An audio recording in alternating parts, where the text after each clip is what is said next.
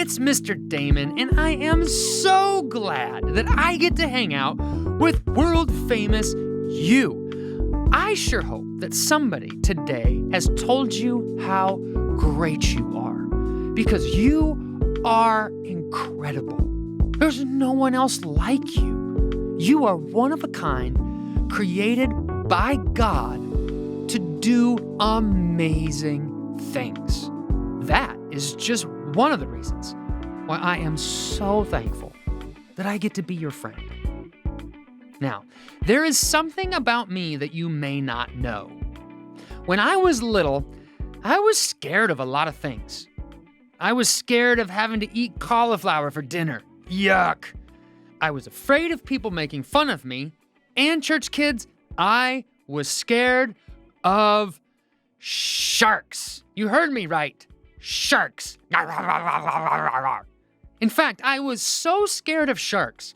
When I would go swimming in a swimming pool, I would look at the deep end to make sure there weren't any sharks in the bottom. How silly is that? Well, 6-year-old Mr. Damon thought cauliflower and sharks were pretty scary. Have you ever been afraid of something before? What is it? Think about it for a second. Do you know that everyone has been afraid of something at some point? Everyone.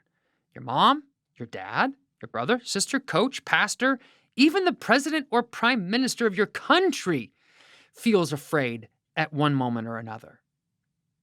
It isn't wrong to feel afraid of things, but it also isn't God's best. Do you think Jesus wanted me to be afraid of imaginary sharks in the swimming pool? No, he didn't. He wanted me to feel confident, go swim, and have lots of fun.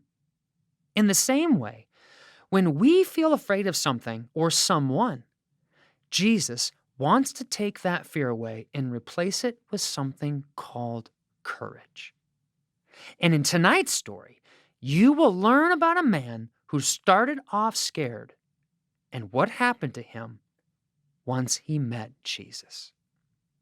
Our story begins on a dark and cold night. Ooh, this is going to be a good one. Jesus and his disciples are tired from a long day walking around the city of Jerusalem, healing sick people, kicking out demons, teaching about God's kingdom, and best of all, telling everyone about God's love. So Jesus and his disciples went back to the house and crashed. There they were, sitting around, laughing, eating yummy food, not cauliflower, and talking about the incredible things that they had seen God do in people's lives that day.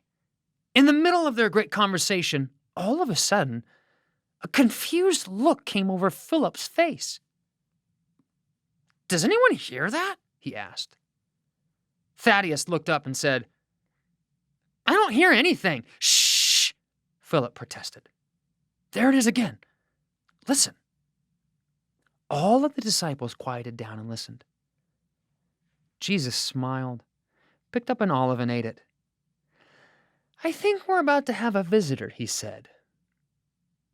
"I hear it now," Peter said. "It sounds like someone's knocking at the door." John slowly stood up, tiptoed over the door, carefully reached out his arm, grabbed the handle, and yanked the door open. And when he did, a man almost fell inside the room. The disciples' mouths dropped open. They instantly recognized him from his clothes. Everyone could see this man was a Pharisee, one of the religious leaders that hated Jesus. What was he doing here? Was he spying on us? Peter eyed the Pharisee's ear as he slowly put his hand on his sword tucked inside the robe. The man stood up straight, dusted off his religious robes, and looked at the room full of men staring back at him. Hello," he said. "Thanks for letting me barge in so late tonight." "Jesus, are you willing to talk with me? I have some questions for you," the man asked. "Of course," Jesus said with a warm smile on his face. Sit down, gesturing at an open pillow at the table. What's on your mind? Church kids, who was this late-night mysterious visitor? His name was Nicodemus. Nicodemus was a religious leader and a very important member of the religious leadership group called the Pharisees. These were indeed the same men who were jealous of Jesus and would ultimately arrest him and have him crucified. But Nicodemus was different. Nicodemus truly loved God and wanted to know him more. He cared for people and wanted to be a good leader that served others. But Nicodemus had a problem.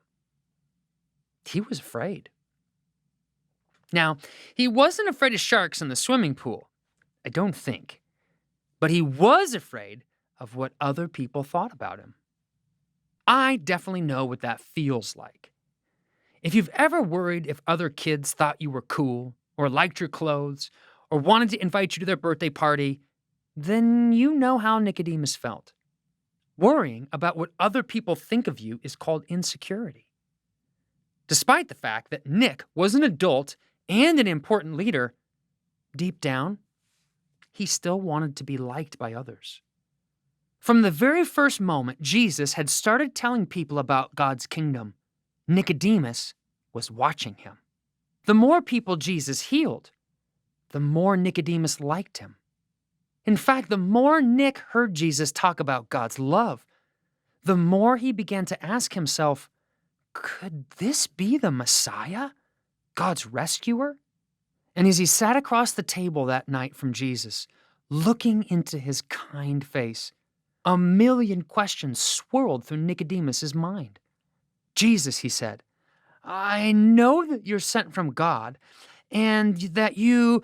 And then all of a sudden, Jesus interrupted Nicodemus. You must be born a second time in order to join God's kingdom, Jesus said. Nicodemus was shocked. What? He thought. That doesn't make any sense at all. How can a full-grown adult be born a second time? Jesus smiled again and said, You think that you can earn God's love by obeying the 10 Commandments and all the laws. You can't. It's impossible. You have to let me do it for you, Nicodemus. The Pharisee was so confused. He had come that night to ask Jesus some questions like, did Adam and Eve have belly buttons? And why did God create mosquitoes? But instead, Jesus immediately addressed the most important question Nicodemus hadn't asked. Can we rescue ourselves from sin by being good? And Jesus answered it very clearly. No, only I can do it for you.